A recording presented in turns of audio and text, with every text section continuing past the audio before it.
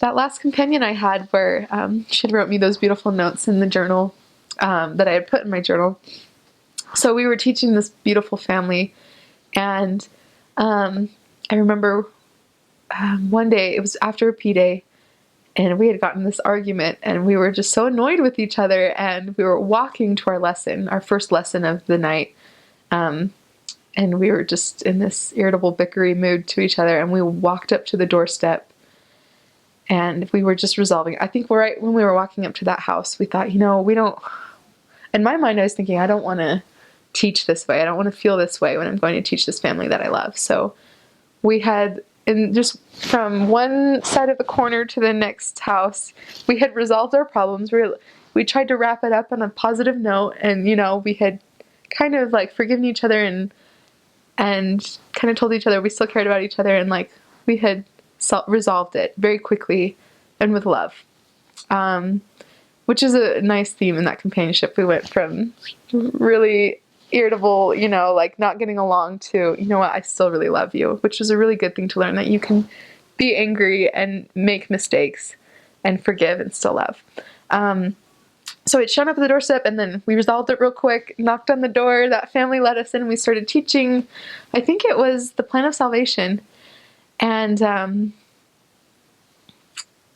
it's funny because, so we were teaching, and when we asked at the end of the lesson, what the father had thought about what we had taught, he said, what I notice is that when you teach,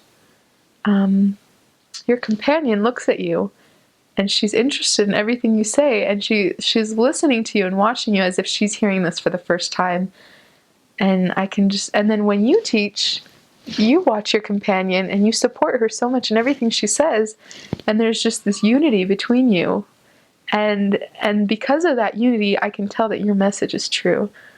And I feel like you are angels preaching the truth because of the spirit I feel that's between you. And wow, what does that say about companionships, right? That it's so important to love your companion and the people you're with, because the Spirit is with you when you do that.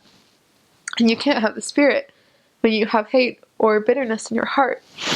And whether you know it or not, it doesn't matter how eloquent you try to teach, things are flowing out of you that you're not aware of.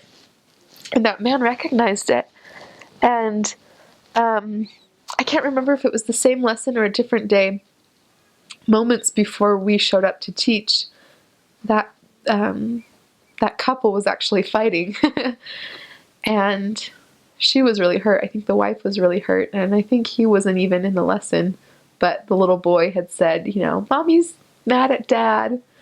And it was kind of embarrassing for them. And finally, I think the father had come out, and both of them told us, yeah, we got in this argument. We're not perfect. I think we were talking about, how families can be together forever, and that the gospel strengthens families, and they were having doubts, and we just reassured them that the gospel could strengthen their marriage and that it could strengthen their family. And we said, you know what?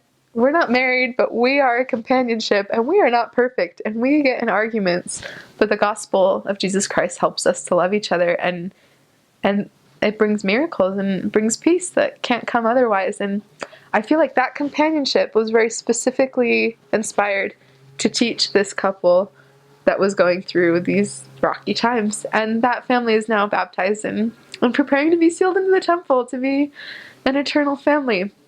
So it was just a beautiful experience. I'm really grateful, even though it was so hard at times.